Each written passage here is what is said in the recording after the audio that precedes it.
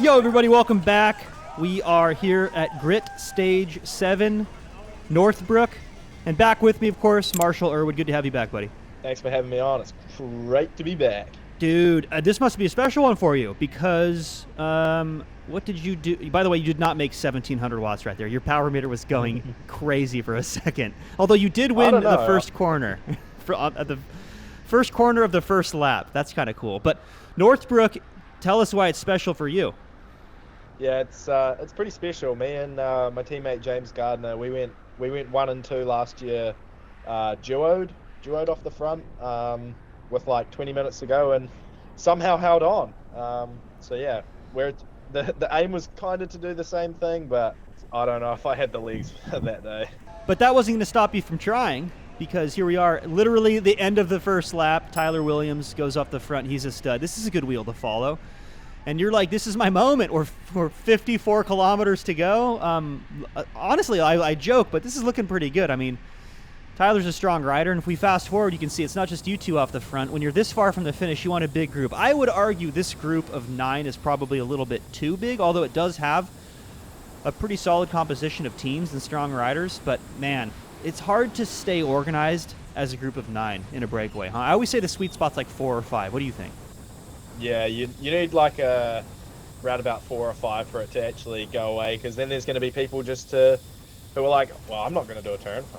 I'm going to save myself, and you get too many of them, and you're back in the main peloton. That's right. And when one person starts doing that, another person's like, well, he's skipping turns. I'm going to skip turns, and then all of a sudden the whole thing falls apart. But that's not going to stop you from trying. Here you are doing a ripper on the front at 650 watts. Again, guys, let's not forget, 52 kilometers left in this race. Dude, you were motivated to stay away, huh?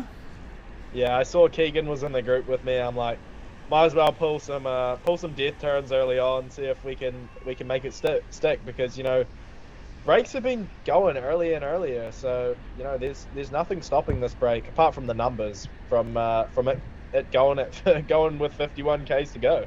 And this is such a good course for breakaways. The main reason, I think, is corner number 3. It's such a consequential corner on this course. If we look at that one more time, when you're at the front taking this corner at speed, 23 miles an hour. Oh, it dipped down to 22 just for a second.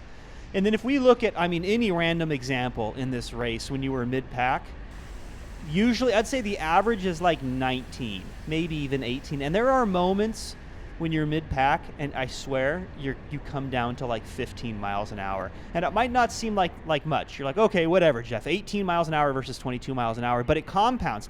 In order to get back up to speed, remember, the average speed in these races is like 30 miles an hour. So if you're down at 18, you got to get back up to over 30 to keep that average speed up from the chasing peloton. And it's much harder to do when you've scrubbed all of your speed into that corner. So you're rewarded for taking that corner at a high rate of speed, which can only be possible at or near the front, which makes breakaways much more likely to stick. But unfortunately, you get brought back, and if at first you don't succeed, Marshall, try again. Who's this you're following? This is big Michael Garrison, big tractor Michael Garrison.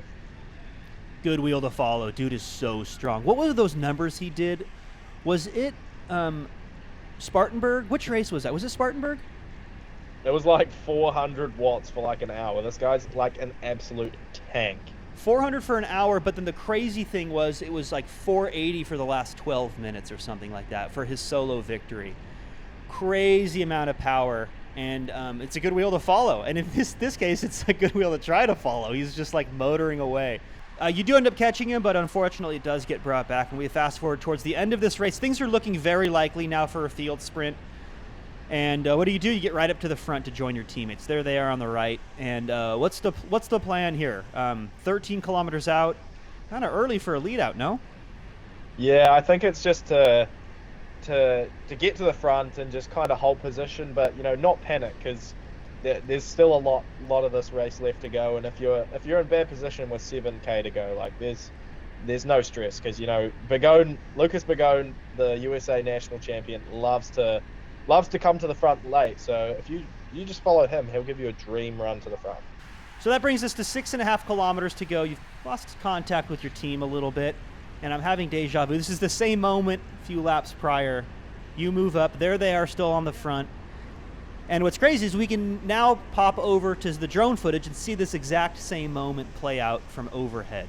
So here's Marshall right here moving up the left-hand side. You can see finding his teammates up the front, making it look easy. And quick shout out to Ron Short. Go check out his Instagram. I've linked it in the description for providing this amazing overhead footage. This is really hard to do. Somebody who has a drone and is purely a hobbyist, like, it is really hard to follow a peloton like this. So shout out. We're gonna get a really cool perspective of this lead out. The four of you on the front leading things out. Now we're much closer to the finish, Marshall. What's the order? Who's the sprinter? Give me the inside scoop on a lead out. We're in a tough situation, like I said 3 videos ago, or maybe 2.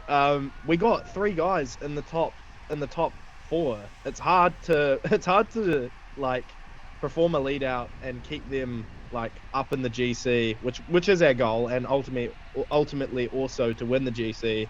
But you basically have me, Bailey on the front, me second wheel, Big James Gardner, Keegan fourth wheel, and then medium James Wilson as sweeper, basically just following other teams, trying to get a lead out from them. Right, and then you can see Cadence, you can see Lucas Burgoyne, you can see Brody from Blazers, like all of the guys too that have been top 10s or winning these races are all back there too. You're having this is James moving up on the right to complete the lead out. Is that right? Yeah, that's James to slot in on our lead out and be sprinter. But it's hard to keep it fast from this far out. So let's talk about some tips and tricks if you find yourself in this position to maximize your chances to keep your sprinters in the best possible position. Okay, so the first trick here is you're moving to the left, and this isn't by accident. I see your head. You're on the front now, by the way, Marshall. 2.5 laps to go. The reason you move to the left there isn't because that's the line you want to take through the corner. You're protecting the inside to prevent people from coming underneath, right? Yeah, just adds risk. And by me closing the door after them, they're not going to intrude on our train and slot themselves in. So it's just adding a level of safety and protection. And you're doing the same thing here again. Protecting the inside. You don't want people to come underneath you. The whole idea is to keep your guys safe and towards the front for as long as possible, because you've been at the front for several laps now. You're running out of steam. And if we rewind a little bit, we look at this corner. The drone footage gives us this unique perspective. Let's pause it right here, because let's just talk about how to take a proper corner.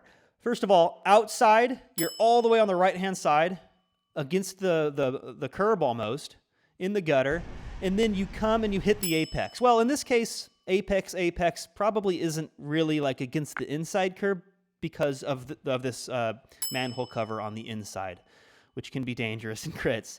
But you are hitting the inside apex, and then when you exit the corner, you're all the way back out to that outside curb once more. The idea of a proper corner on a road bike, or any bike for that matter, is maximizing the conservation of your momentum through that corner.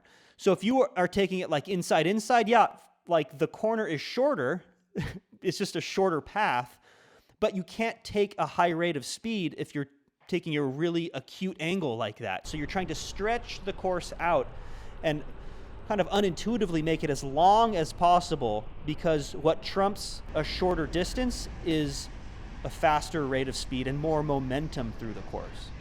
Disclaimer: don't do what I do, as seen on the first stage of Chicago Grit. Don't copy my cornering technique, because it could lead you astray. Right. Oh, good point. Yeah. No, that reinforces what I said. If you guys rewind, we'll throw a clip of it in here. Sorry, Marshall, we're gonna show it one more time.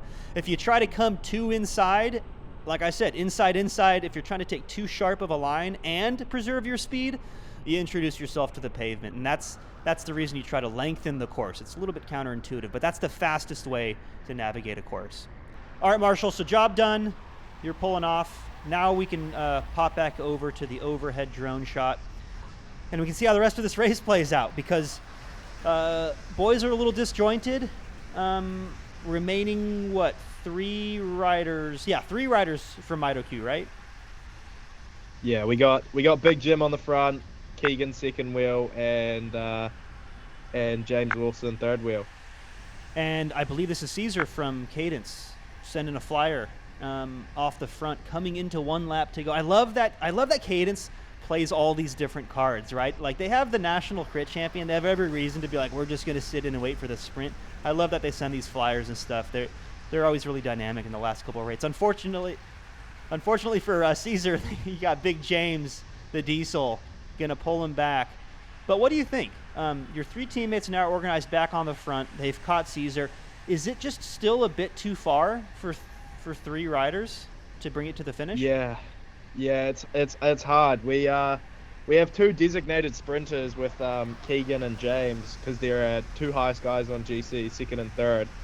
But it's hard when we needed an extra guy up there and maybe me to do a longer turn. But yeah, it's hard. You just see them get swamped here. Yeah, you bring up a good point. I mean, like, earlier when you said you guys were just at the front a little bit too early, a little bit too long. Now all of these teams, I can see Brody up there. Obviously, it's Luke and Lucas from Cadence have all this energy because they were just kind of sitting in the wings and just waiting, being patient, and now they have all this energy. So it's really hard for your boys to fight and to keep things fast enough for that final corner. We can see Brody taking some crazy lines through these last couple corners. And now we have Richard overtaking, carrying all the speed in the world. Following closely behind him is his teammate and the U.S. National Crit Champion, Lucas, putting on a masterclass in sprinting and just timing more than anything. I mean, obviously they're sensational athletes, but wow, going 1-2 like this. Big congrats to them. Looks like Legion rider. Give us like the top 10.